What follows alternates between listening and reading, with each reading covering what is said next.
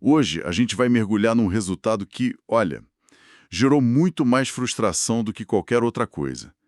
Vamos falar do empate em 0-0 do Vasco com Nova Iguaçu pelo Carioca de 2026. Antes de mais nada, vascaíno, deixa o like para fortalecer o gigante.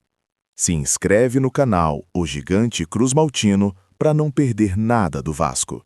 E comenta aí de qual cidade você está assistindo, porque o Vasco não tem fronteiras. Aqui é Vasco.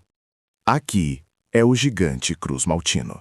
Um jogo que era para ser um teste, um laboratório, mas que acabou virando um grande ponto de interrogação. Para entender isso a fundo, a gente está com duas matérias ótimas do GE. Uma é bem tática, sabe? Analisa o jogo, a performance.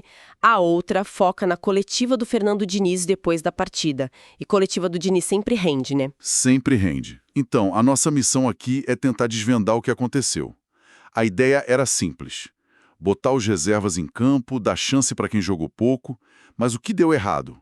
O que esse jogo diz sobre a profundidade do elenco do Vasco, ainda mais com um clássico gigante contra o Flamengo batendo na porta? Pois é, vamos começar pelo placar, que é o mais fácil. 0-0. O problema é o que está por trás disso.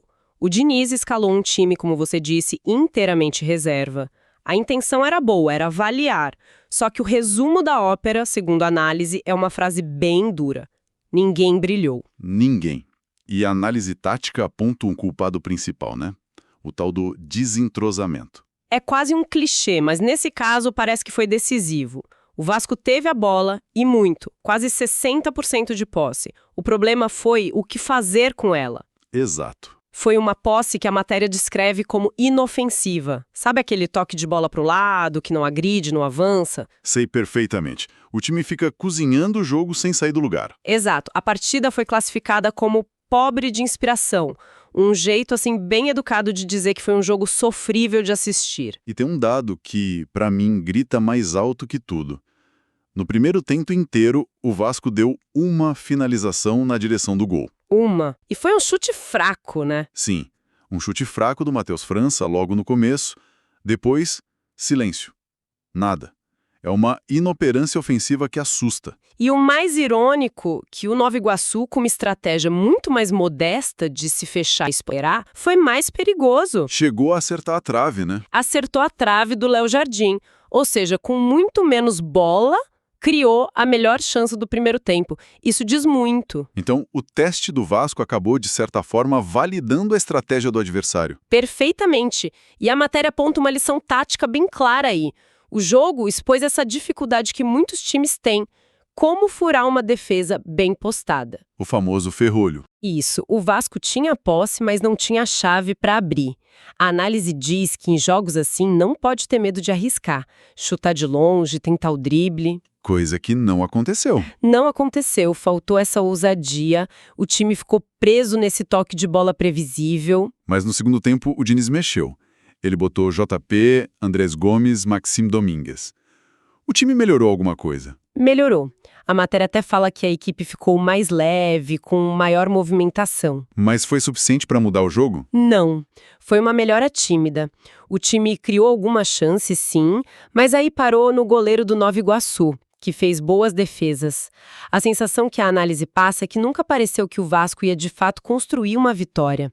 Foi mais na base do abafa, sabe? Não de um plano bem executado. Entendi. Se o coletivo não funcionou, vamos pro individual.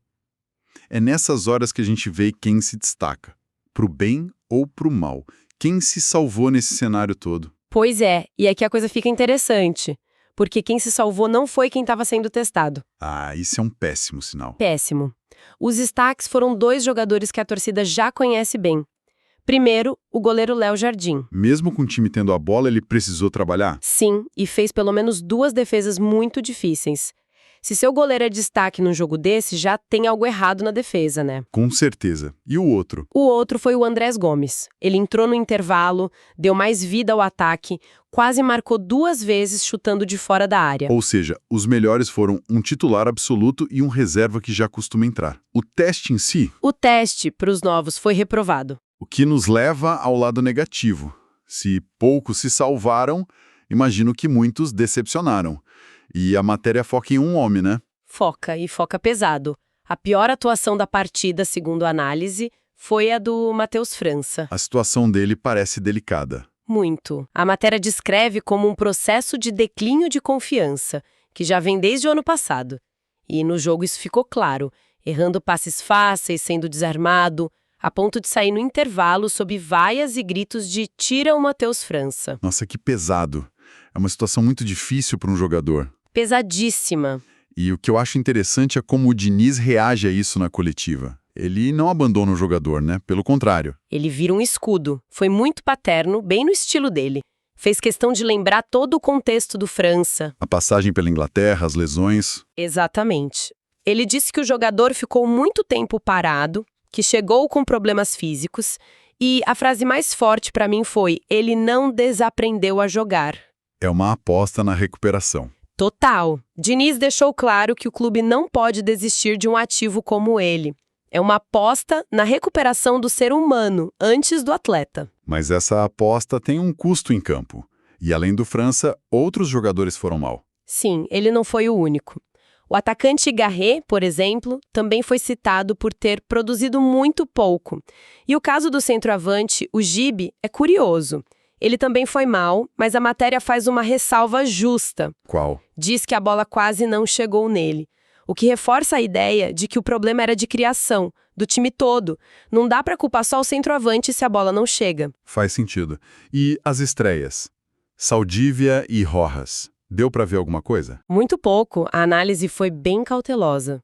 O Saldívia jogou os 90 minutos, mas pareceu fora de ritmo. Normal para uma estreia. Sim. A fonte diz que ele não deixou nem boa nem má impressão. É o famoso "precisamos ver mais". E o Vojas? O Rojas entrou por uns 20 minutos, tentou uns dribles, mostrou alguma personalidade, mas nada muito impactante. Também é cedo demais. Certo. Vamos então para o arquiteto desse experimento, o Fernando Diniz. Como ele avaliou essa aposta que, no fim, não deu certo? Ele assumiu a responsabilidade. Na coletiva, foi bem direto. Admitiu a atuação ruim. E qual foi a justificativa dele? A mesma que a gente já falou, a falta de entrosamento. Ele até disse que a possibilidade de um jogo ruim já estava computada no planejamento. Era um risco calculado, segundo ele. Interessante essa visão. É uma forma de dizer, eu sabia que podia dar errado. Mas ele conseguiu tirar algo de bom disso tudo? Ele tentou, elogiou a entrada do JP no segundo tempo e também a de um garoto da base, o João Vitor Mutano, que jogou só no finalzinho. Tentou valorizar o pouco que deu certo. Exato, mas a declaração mais importante, a que realmente mostra o resultado do teste, foi outra. E qual foi? Ele confirmou que a tendência é voltar o time titular para o próximo jogo. Acabou o laboratório. Acabou. Isso é um atestado claro de que o teste não foi aprovado. É o técnico dizendo: ok, a experiência falhou, vamos voltar para o plano A. E essa declaração não manda um recado bem duro pro elenco? Tipo, dei a chance, não aproveitaram, agora a responsabilidade volta para os titulares? Com certeza, cria uma pressão extra. Os reservas sabem que perderam uma oportunidade e os titulares sabem que agora não tem margem para erro. A responsabilidade é toda deles. E que responsabilidade, né? Porque o próximo jogo não é qualquer um. Pois é. O adversário é o Flamengo, no Maracanã. Um clássico. O Vasco vai ter que ir com força máxima e talvez com a confiança um pouco arranhada. E na coletiva ele falou sobre reforços, sobre o futuro do elenco. Falou. Admitiu que o clube está de olho para suprir uma carência ou outra, mas disse que será com bastante critério. Ao mesmo tempo, ele ponderou que um jogo é pouco para decretar o futuro de alguém. Ele não fechou a porta para ninguém, mas o recado foi dado. Entendi. E no meio de tudo isso, a gente tem uma subtrama que talvez seja a história mais importante de todas. O futuro do Ryan. Ah, sim. Essa foi a bomba da coletiva. As fontes confirmam que o Bournemouth, da Inglaterra, fez uma proposta oficial pelo garoto.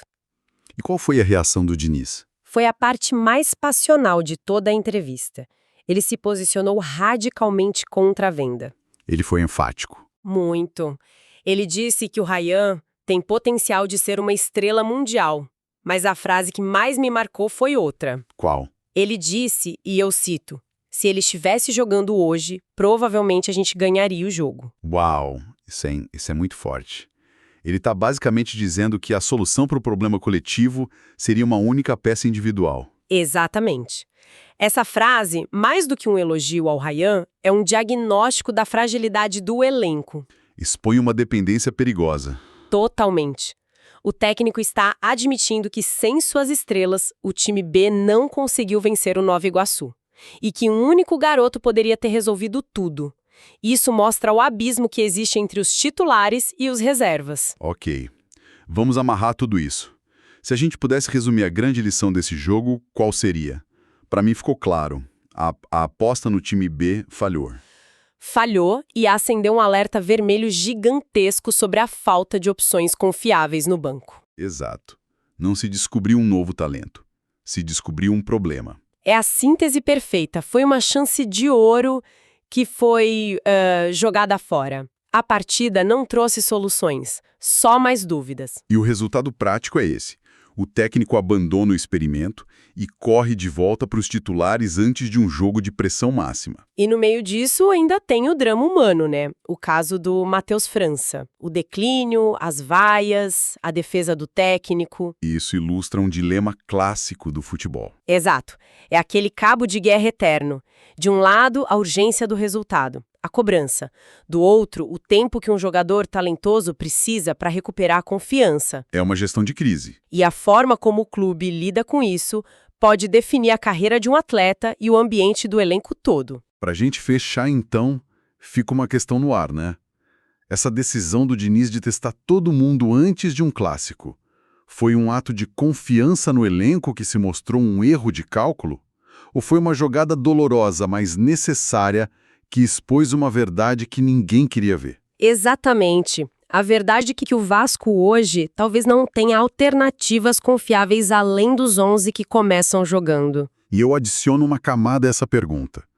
O que essa dependência tão grande de veteranos como Léo Jardim e de um jovem craque que pode ser vendido a qualquer momento, o que isso diz sobre as reais ambições do Vasco para a temporada de 2026?